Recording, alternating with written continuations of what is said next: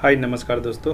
तो आप लोग का स्वागत है फिर से हेल्प टू एवरीवन चैनल में। आई होप आप लोग अच्छे होंगे और जो भी मेरे साथ नए जुड़े हुए हैं वो लोग ज़रूर सब्सक्राइब कर लीजिएगा। तो चलिए हम आज बिना देर किए हुए इस नोटिफिकेशन को बताएंगे। उससे पहले क्या है कि आप लोग जितने लोग हैं नए जुड़ते हैं तो सब्सक्राइब कर लीजिएगा और अपने दोस्त के बीच में शेयर कर दीजिएगा, क्योंकि अगर आप एलिजिबल नहीं हैं तो मैं आपको हमेशा अपडेट करता हूँ कि जो एलिजिबल नहीं है वो किसी दूसरे फ्रेंड को जो एलिजिबल है उनको फॉरवर्ड कर दे ताकि वो फॉर्म को फिलअप कर सके। ठीक है, चलिए हम लोग बिना देर के उस नोटिफिकेशन को देखते हैं। तो यहाँ पर देख सकते हैं कि आया हुआ है AI Airport Service Limited company में आई हुई है।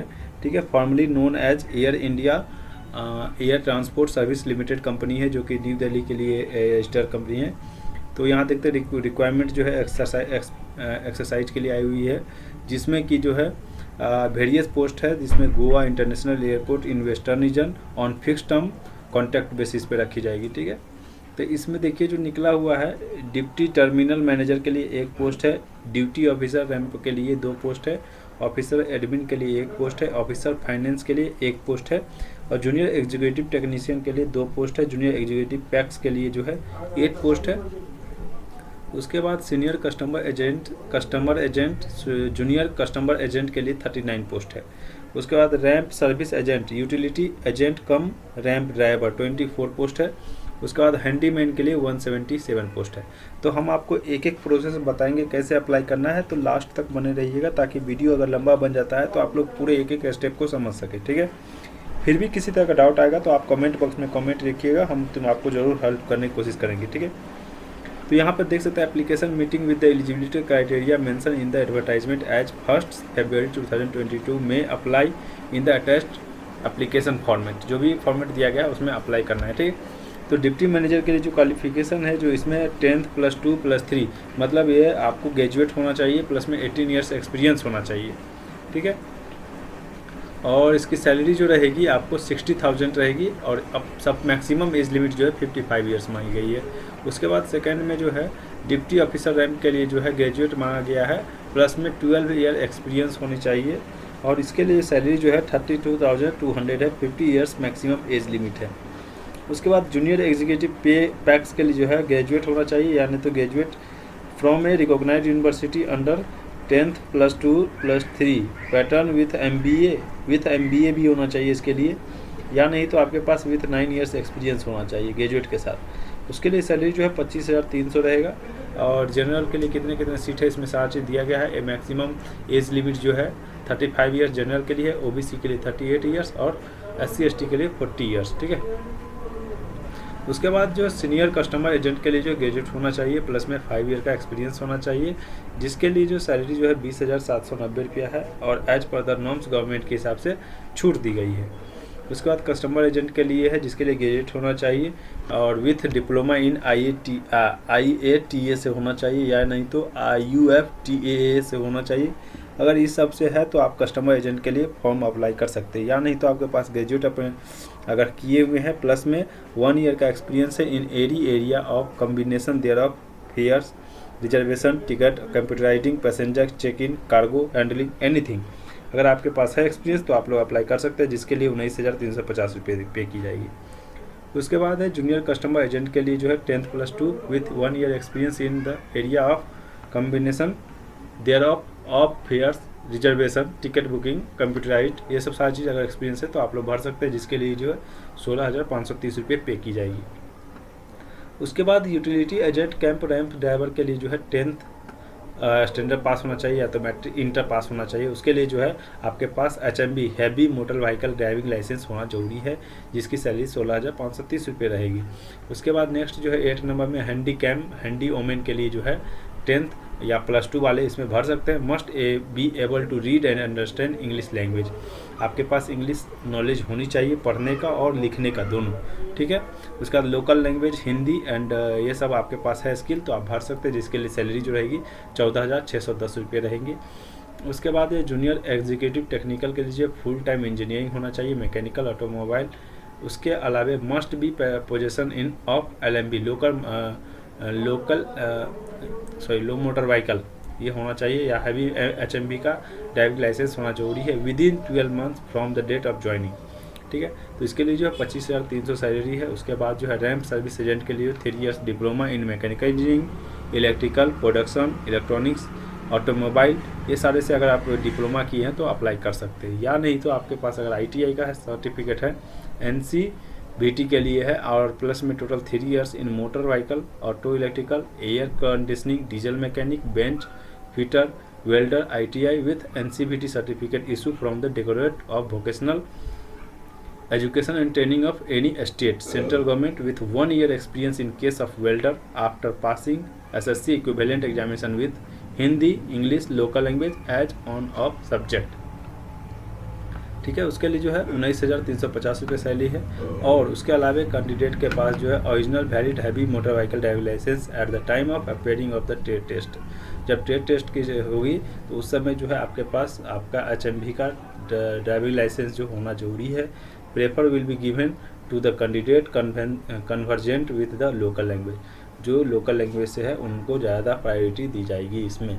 उसके बाद यह ऑफिस एडमिन के लिए है MBA पास या नहीं तो इन HR और पर्सनल मैनेजमेंट के कोर्स किए हुए 2 साल का, तो वो लोग अप्लाई कर सकते हैं with 4 years experience in HR function and industrial relation, legal preferably with an airline और ग्राउंड हैंडलिंग कंपनी जो है आप लोग उसमें अप्लाई कर सकते हैं। इसके लिए सैलरी जो 41,000 है।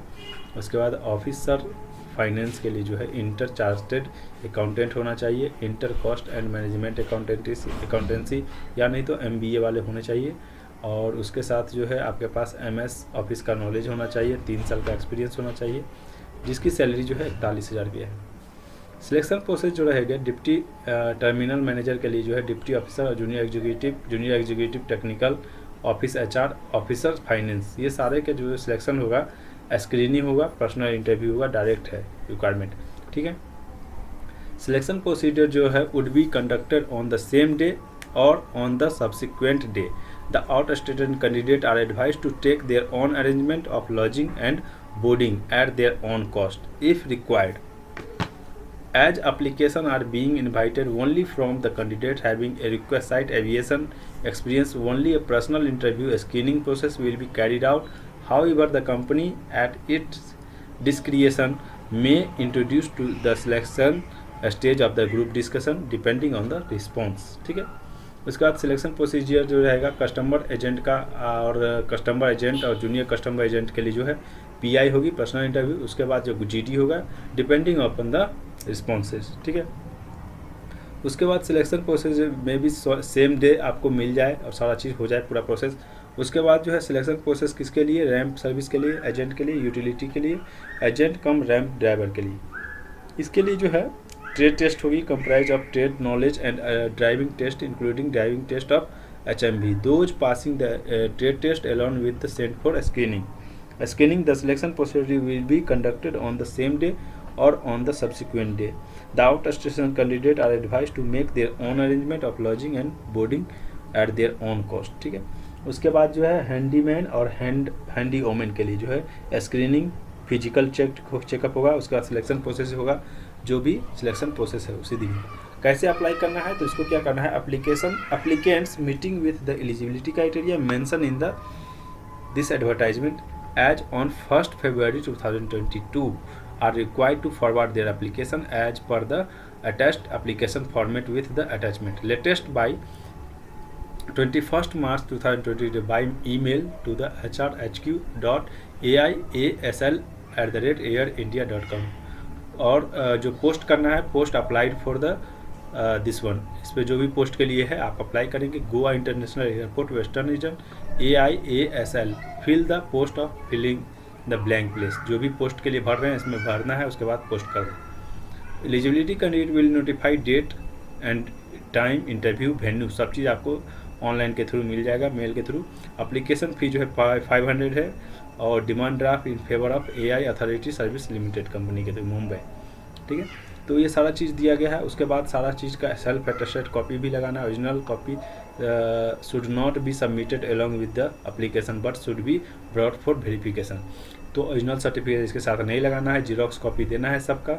और जब जाएंगे इसका वेरिफिकेशन के लिए, अलग सिलेक्शन होता है तो उस समय आपको ओरिजिनल लेकर जाना होगा दिखाने के लिए। ठीक है, उसके बाद आपके पास कास्ट सर्टिफिकेट है तो वो लगाना है।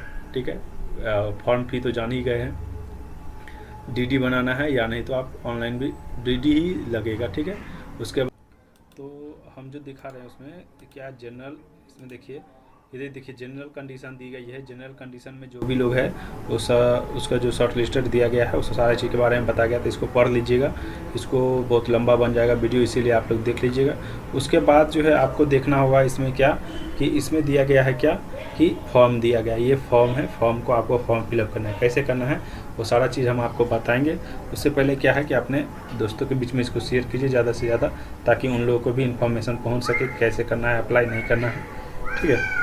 तो इसीलिए देखिए यहाँ ये फॉर्म दिया गया, इसको पूरा फिल कीजिएगा। उसके बाद बाय पोस्ट इसको पोस्ट कर दीजिएगा, ताकि आप लोगों को कोई दिक्कत ना हो। इसमें सारा सर्टिफिकेट का पूरा नंबर डाल दीजिएगा, और हिंदी इंग्लिश जो भी लैंग्वेज आता है वो सब सारा चीज़ कीजिएगा। उसके बाद यहाँ वर्क एक्सपीरियंस डालना है। उसके बाद इसमें लाइसेंस नंबर डालना है। उसके बाद एयरपोर्ट अथॉरिटी जो है इस एड्रेस पर भेज देना है। डिमांड ड्राफ्ट बनाना है, डिमांड ड्राफ्ट इशू नंबर सब डाल दीजिएगा इसमें। उसके बाद जो है आपको relative working in air India अगर काम करता है कोई तो इसमें डालना है। उसके बाद सिग्नेचर ऑफ द एप्लीकेंट डालना है, ठीक है। उसके बाद जो भी डॉक्यूमेंट अटैच किए हैं यहाँ पे टिक लगाना है। टिक लगाना है, जो जो एप्लीकेशन यहाँ पे देख सकते हैं इसको भी प्रिंट करके इसको भी भेजना होगा। एक कॉपी आप भी रख लीजिएगा फ्यूचर के लिए, ठीक है। उसके बाद ये कौन कौन सा फॉर्मेट देना है वो सब फॉर्मेट के बारे में दिया गया है इसमें, तो आप लोग देख लीजिएगा फॉर्मेट। उसके बाद अप्लाई कीजिएगा ताकि आपको एक भी चीज़ का दिक्कत ना हो, ठीक है। तो ये सारा चीज़ था वैलिड फॉर द ईयर, ये दिया गया है। एड्रेस इशू अथॉरिटी के लिए है। उसके बाद जो ये सब सारी चीज़ डिटेल था, बस इतना ही था। आई होप आप लोगों को ये समझ में आया होगा पूरा। अगर समझ में आया है तो अपने दोस्तों के बीच में ज़्यादा से ज़्यादा शेयर कीजिए, और आई होप आप लोग को अच्छा लगा होगा। तो बस इतना ही था, फिर हम आपको दूसरे वीडियो में बताएंगे और भी सारी चीज़। अगर कोई दिक्कत होता है तो ज़रूर आप लोग कमेंट बॉक्स में कीजिएगा, हम हेल्प करने की कोशिश करेंगे, ठीक है। तो बस इतना ही था, फिर मिलेंगे दूसरे वीडियो में। तब तक के लिए जय हिंद, जय भारत, थैंक यू, धन्यवाद।